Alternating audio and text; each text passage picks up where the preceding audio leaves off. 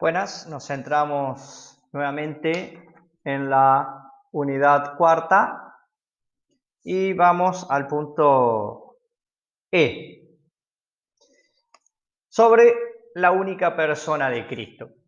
Habíamos dicho que en esa antigüedad había dos escuelas, la de Alejandría y la de Antioquía. De la escuela alejandrina, por extremos, se llega al monofisismo. Pero por la escuela de Antioquía se cae en un cierto dualismo. En este sentido, subrayaba para tratar de reconocer la integridad de la humanidad de Cristo, de que no era una apariencia, subrayaba como demasiado esta dualidad de naturalezas. Uno de ellos es Diodoro de Tarso, que se opuso a Apolinar de la Odisea. Eh, Tiene en común con los otros el tener una cristología de tipo verbo-carne, acentuando esta separación. Por lo tanto, Diodoro va a decir que el Hijo de Dios no puede ser llamado propiamente Hijo de David ni de María. Que el hombre nacido de María es hijo de Dios por gracia, mientras que el verbo lo es por naturaleza. Y sin embargo, como él fue hereje propiamente dicho, se niega a hablar de dos hijos. Habla de un solo hijo, pero no puede explicar esta situación. Otro de los que van a tallar en ese momento es Teodoro de Mopsuestia, que fue condenado pero posteriormente a su muerte. Mientras estuvo en vida nunca fue considerado hereje. A diferencia de Diodoro, Teodoro de Mopsuestia adopta una cristología de tipo verbo-hombre. Dice que el verbo se ha encarnado tomando un hombre, revistiéndose del hombre. Acá está bien el tema de que el revestirse o habitar en él como en un templo, como se va a decir, tiene un dejo en que no estaríamos hablando de una verdadera unión. Sí. Teodoro busca una explicación, la asunción del hombre por parte del verbo. Ahora, Teodoro va a subrayar que se trata de una naturaleza humana completa y en eso está bien. Habíamos visto el problema de no considerar el alma anteriormente, por lo tanto no se asumiría una naturaleza humana completa. Eh, Asume que es una naturaleza humana completa porque de lo contrario habría una parte o algo en el ser humano que no estaría redimido. Teodoro sostiene la unión de las dos naturalezas, pero en una habitación o en una unión por beneplácito. Esta unión no es puramente moral ni una unión por gracia. Las dos naturalezas, dice Teodoro, son distintas, pero el prosopon se realiza como único por la unión. Y acá empezamos con uno de los grandes problemas de la teología de estas épocas.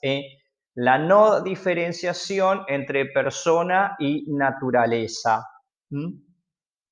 Hay una cierta incertidumbre respecto al concepto de prosopon porque Teodoro lo aplica a las naturalezas, aunque la afirmación final de la unidad del prosopon se concibe de manera tal que la obra del hombre en la persona de Cristo se atribuye a un único sujeto divino que es el verbo. Así, las fórmulas de Teodoro son incompletas o ambiguas por no tener afinados los conceptos teológicos.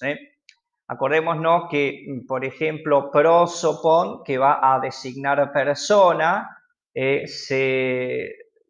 la teología de los primeros siglos medio que le rehuyó el uso porque significaba también como apariencia. Prosopon era la máscara que se utilizaba en el teatro, más que la identidad o el sujeto único.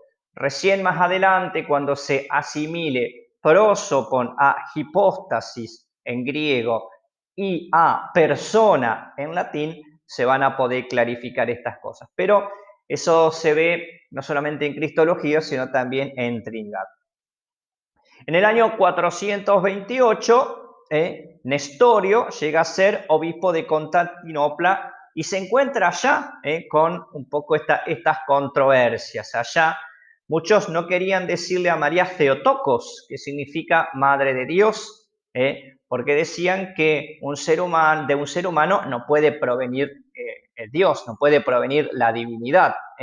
Y atribuían a María solamente el título de Madre del Hombre, Anthropotokos, porque lo que ha venido de María es la carne.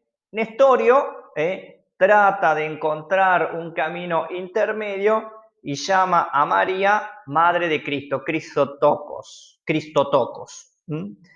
Pero ya acá nos encontramos con un problema en Nestorio. Quienes negaban el título de Madre de Dios eran una minoría, aunque bastante ruidosa. La tradición siempre había llamado a María Madre de Dios.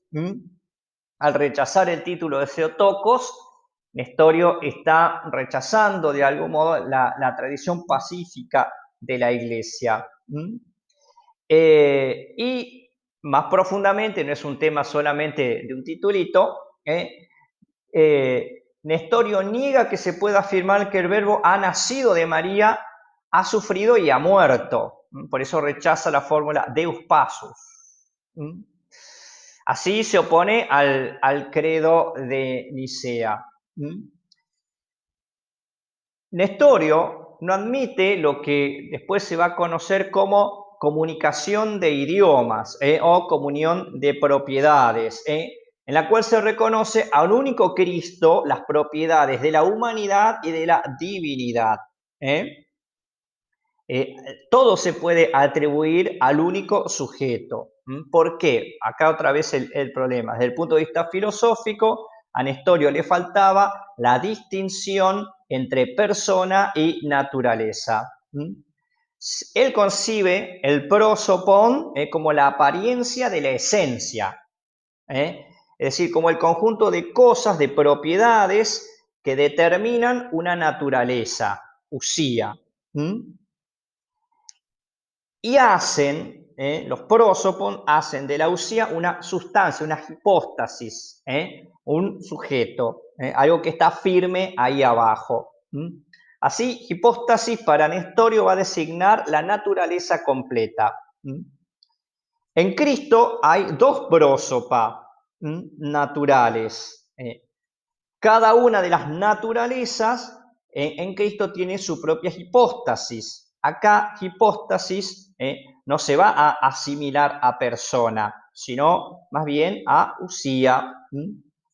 Pero la unión para Nestorio, la unión de las dos naturalezas constituye un todo concreto. Entonces hay un tercer prosopon, el prosopon de la unión, el prosopon común de nuestro Señor Jesucristo. Y esta unidad se da por compensación, por compenetración o utilizando una palabra que se utiliza correctamente en Trinidad, por perijoresis.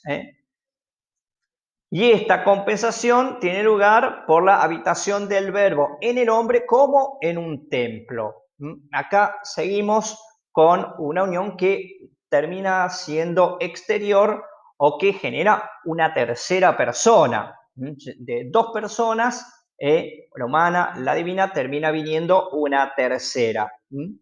Por lo tanto, acá hay un problema de base en los conceptos de Nestorio, que no tenía un concepto correcto de persona.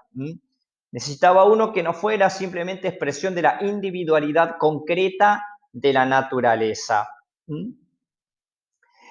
Quien se va a oponer fuertemente a Nestorio va a ser Cirilo de Alejandría. Va a utilizar el término Theotokos, y va a decir que hay que atribuir las propiedades de Cristo al Verbo y que el Verbo se ha unido según las hipóstasis a la carne que ha asumido. Esto, unión según las hipóstasis, va a ser el inicio de lo que después se va a conocer como unión hipostática. Pero Cirilo, que era así como muy combativo y hasta como muy violento, Además, anatematizó a Nestorio, es decir, son unas condenas a través de unas cartas. El problema está que en estos anatematismos, Cirilo va a hablar de unión de naturaleza, génosis physique, porque tampoco Cirilo tenía una distinción entre persona y naturaleza. Así, Cirilo va a afirmar una sola naturaleza encarnada del Dios Verbo. Por supuesto, ante esto, todo lo humano, la naturaleza humana, con todas sus consecuencias, quedaba borrado de un plumazo. A Nestorio le parecía que se volvía al monofisismo, entonces se negó a suscribir esto. Hubo un concilio que condenó a Nestorio y finalmente el emperador Teodosio II convoca un concilio en Éfeso para el año 431. Hubo varios tejes y manejes, lamentablemente las cosas no tan limpias han estado siempre en la iglesia, y se leyó la segunda carta de Cirilo a Nestorio, pero no se esperó al grupo de Antioquía, que llegaron después. Este concilio depone a Nestorio con la aprobación de los delegados del Papa que confirman este veredicto un tiempo después, unos días después. En Éfeso, del año 431, se logra una cierta clarificación, no se adhiere a los anatematismos de las cartas de Cirilo. Sin embargo, sí se va a expresar que el Hijo Eterno del Padre es aquel que según la generación carnal ha nacido de la Virgen María. Por eso María es llamada legítimamente Theotokos, Madre de Dios. Así, lo esencial del Concilio de Éfeso es que en Cristo hay una unidad de sujeto de atribución. Divinidad y humanidad forman un solo Señor, Cristo e Hijo. Es importante tener esto en claro porque todas estas doctrinas, así como había sido la de Arrio, la de Apolinar, también la de Nestorio es muy sutil y a primera instancia nos parece correcta y nos podemos llegar a confundir. Acá es importante poder distinguir entre sustancia o esencia, también llamada naturaleza, y persona. Si nosotros consideramos igual la persona a la sustancia o naturaleza o esencia, evidentemente vamos a estar en un error. O vamos a poner dos personas en Cristo o vamos a borrar alguna de las naturalezas prevaleciendo la otra, o como Nestorio vamos a hacer un tercero de la unión de las dos anteriores. Bien, este concilio de Éfeso no fue aceptado por todos, incluso varios que eran de doctrina ortodoxa, por lo tanto condenan por intermedio de Juan de Antioquía los anatematismos de Cirilo y se revolvió otra vez el tema. En el año 433 se hace un nuevo credo, un símbolo de fe sobre este tema redactado por Teodoreto de Ciro. Y este es el que se conoce definitivamente como credo de Éfeso o también símbolo de la unión, donde se va a evitar las cosas incorrectas de Cirilo, por ejemplo, decir una naturaleza o decir unión de naturaleza. Y se va a utilizar la fórmula dos naturalezas en la unión, duo fiseon génosis. Acá es importante porque se logra clarificar la identidad de persona del Hijo de Dios antes de la encarnación. Así va a decir, confesamos consiguientemente a nuestro Señor Jesucristo, Hijo de Dios unigénito, Dios perfecto y hombre perfecto, de alma racional y cuerpo, para evitar el tema anterior que era que el verbo ocupe el lugar del alma, antes de los siglos engendrados del Padre según la divinidad, y él mismo en los últimos días por nosotros y por nuestra salvación, en motivo soteriológico, nacido de María Virgen según la humanidad. Esto es importante. el sujeto de atribución, tanto de la generación eterna como del nacimiento en la carne, es el mismo. De hecho, para agregar alguna cosita teológica, el ser humano tiene dos aspectos o dimensiones, que es la biológica, carnal, y la espiritual, a la que llamamos alma, ¿eh? Y sabemos que nuestros padres colaboran en la producción de la persona que somos, pero el alma es infundida directamente por Dios. ¿Eh? Pero no llamamos a nuestros padres padres de nuestro cuerpo o de nuestra biología, sino llamamos a nuestros padres padres de nuestra persona, aunque haya un elemento que ellos no aportan, que es el alma de cada uno de nosotros, que es creada por Dios.